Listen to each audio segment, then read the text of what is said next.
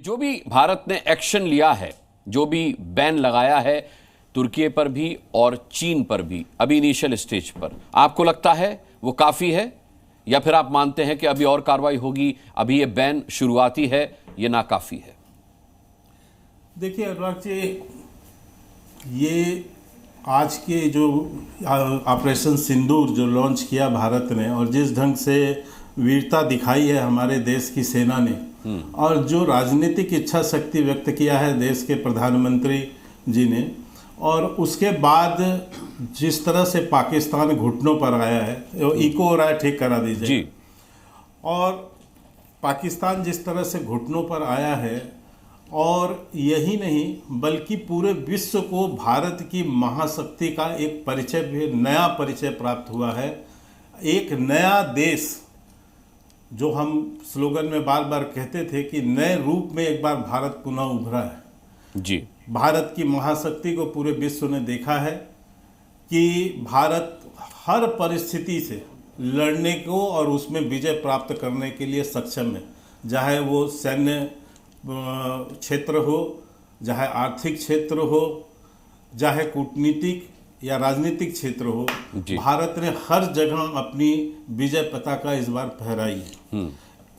भारत के 140 करोड़ भारतीयों में आज जिस राष्ट्रवाद का पुनर्जागरण हुआ है, उसके परिणाम स्वरूप जनता के अंदर से एक आवाज़ आई है कि जो लोग इस आतंकवादी देश के साथ देने की कोशिश जिन्होंने किया या जो साथ खड़े होने का जो प्रयास कर रहे हैं, उन सब का विरोध भारत की 140 करोड़ जनता एक साथ मिलकर करेगी। भारत सरकार ने भी कदम उठाए हैं और आगे भी इस पे कदम उठेंगे। पहले भी हमने पाकिस्तान के अगेंस्ट में कई कदम उठाए थे जो आर्थिक क्षेत्र के थे और कूटनीतिक क्षेत्र के थे। इसी तरह से तुर्की हो या चीन हो, निश्चित तौर से भारत इस पर एक मजबूत कदम उठाएगा और जो अभी एक्शन एट प्रेजेंट लेना है वो भारत सरकार ने लिया है यहाँ पर जी। मैं समझता हूँ कि आज ये जो सबल राष्ट्र भारत 140 करोड़ भारतीयों की एकता के एक सूत्र में बंधकर खड़ा हुआ है, ये हमारी सबसे बड़ी शक्ति है।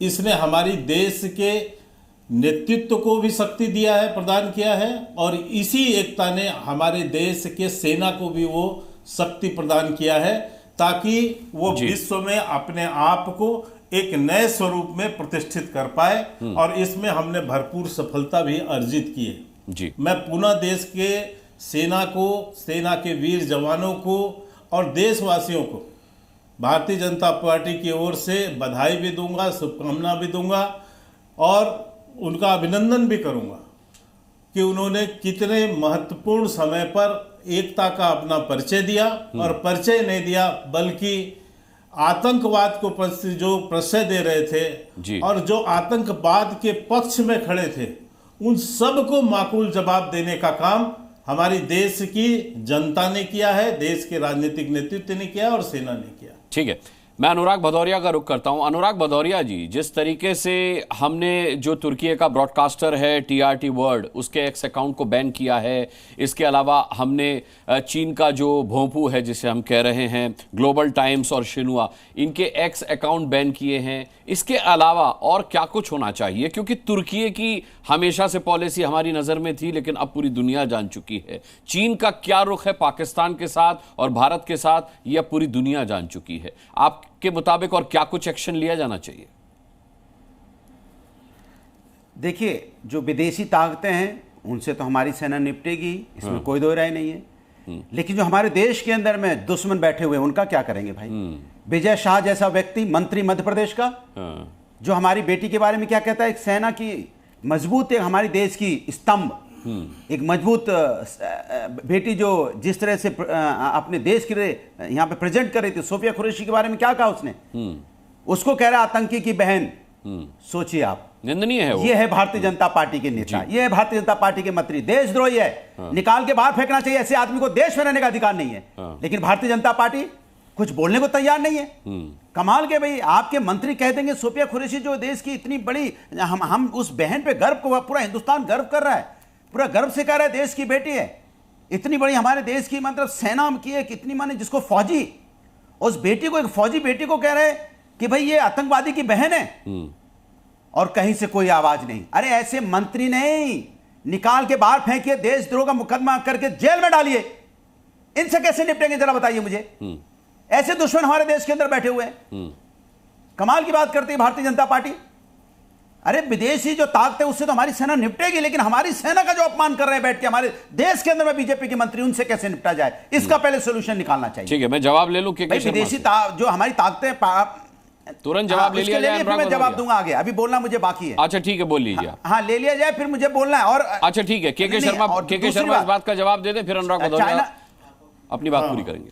देखिए, मैं अनुराग जी, आपके चैनल में वो बिल्कुल सही है कि उन्होंने कहा, गलत कहा, और फिर उसके बाद उन्होंने माफ़ी भी मांगी है। वो माफ़ी भी आप लोगों ने चलाई, और बाकायदा हमारे मध्य प्रदेश के विंग ने इसकी आलोचना भी की है और उनसे माफ़ी मंगवाया भी है। लेकिन अनुराग जी जो कह रहे हैं कि इस देश के अंदर जो बैठे हैं उनका क्या करेंगे, जिन्होंने ये गलत कहा उन्होंने तो माफ़ी मांग ली, लेकिन मैं दो छोटे उदाहरण देता हूँ। 25 अप्रैल 22 अप्रैल को पहलगाम, मैं चाहता नहीं था कि इस तरह की बातें आए और मुझे इस तरह का उदाहरण यहाँ देना पड़े, लेकिन अब अनुराग भदौरिया बहुत उछल रहे हैं तो मुझे बताना पड़ेगा। 25 अप्रैल को प्रोफेसर राम गोपाल यादव ने क्या बोला?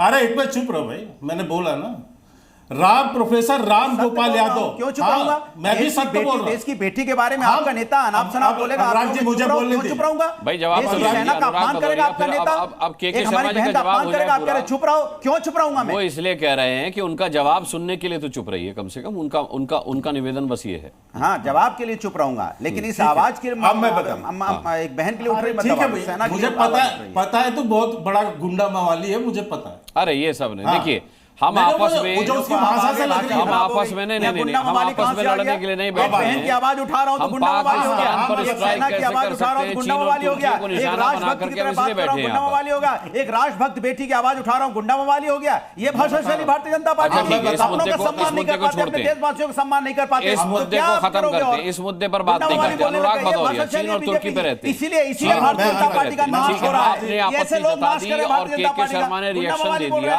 उन्होंने माना है कि वो गलत बयानी है। और मैं पर्सनली अनुराग भदौरिया मैं पर्सनली मानता हूं कि उस मंत्री पर कार्रवाई होनी चाहिए, सिर्फ माफी से काम नहीं चलेगा। मैं पर्सनली कह रहा हूं इस बात को। अब चीन और तुर्की नहीं अनुराग जी, मुझे एक बात कहनी थी, संक्षिप्त में रहिएगा सर इस विवाद में। मैं बता रहा हूं 25 अप्रैल को प्रोफेसर राम गोपाल यादव ने पहलगांव की घटना के बाद क्या बोला। उन्होंने कहा कि आतंकियों ने धर्म नहीं पूछा, जिन लोगों के बहनों की सुहाग उड़ी यानी पूछी गई, उन लोगों ने आकर देश के सामने कहा कि हमसे धर्म पूछ के मारा गया। लेकिन प्रोफेसर राम गोपाल कहते हैं कि साहब कोई धर्म नहीं पूछा गया, आतंकियों ने नहीं पूछा, हिंदू रोज लोगों को मार रहे हैं, हिंदू को मार रहा है। ये प्रतिक्रिया थी प्रोफेसर राम गोपाल यादव की उन बहनों के लिए जिसकी अभी ये बात कर रहे हैं। दूसरी बात, एक और उदाहरण देता हूं। 23 अप्रैल को लखनऊ में प्रेस कॉन्फ्रेंस कर रहे थे अखिलेश यादव, उनसे पूछा गया, बस इसके बाद पत्रकारों ने पूछा कि शुभम की कानपुर में हत्या हुई है, उसकी हत्या हुई है, जो कि पहलगांव में हत्या हुई, और शुभम कानपुर का रहने वाला है, आप उनके यहां जाएंगे? तो क्या वर्ड बोला अखिलेश यादव ने कि शुभम के परिवार से मेरा क्या संबंध है, शुभम के परिवार से मेरा क्या संबंध है? जिनकी भाषा ये हो, और इसके लिए क्या किसी ने माफी मांगी? क्या अखिलेश यादव ने माफी मांगी? क्या राम गोपाल यादव ने माफी मांगी है? और अनुराग भदौरिया को आज थोड़ा सा भी शर्म है तो इन दोनों के लिए माफी मांगे। पहले हमारे नेता जिसने बोला है उसने तो माफी मांगी है, ठीक है, लेकिन आप प्रोफेसर राम अनुराग भदौरिया आपने बता दिया बीजेपी के मंत्री ने क्या कहा और बीजेपी ने बता दिया कि आपके सुप्रीमो ने क्या कहा। अब इस बात को यहीं खत्म करते हैं।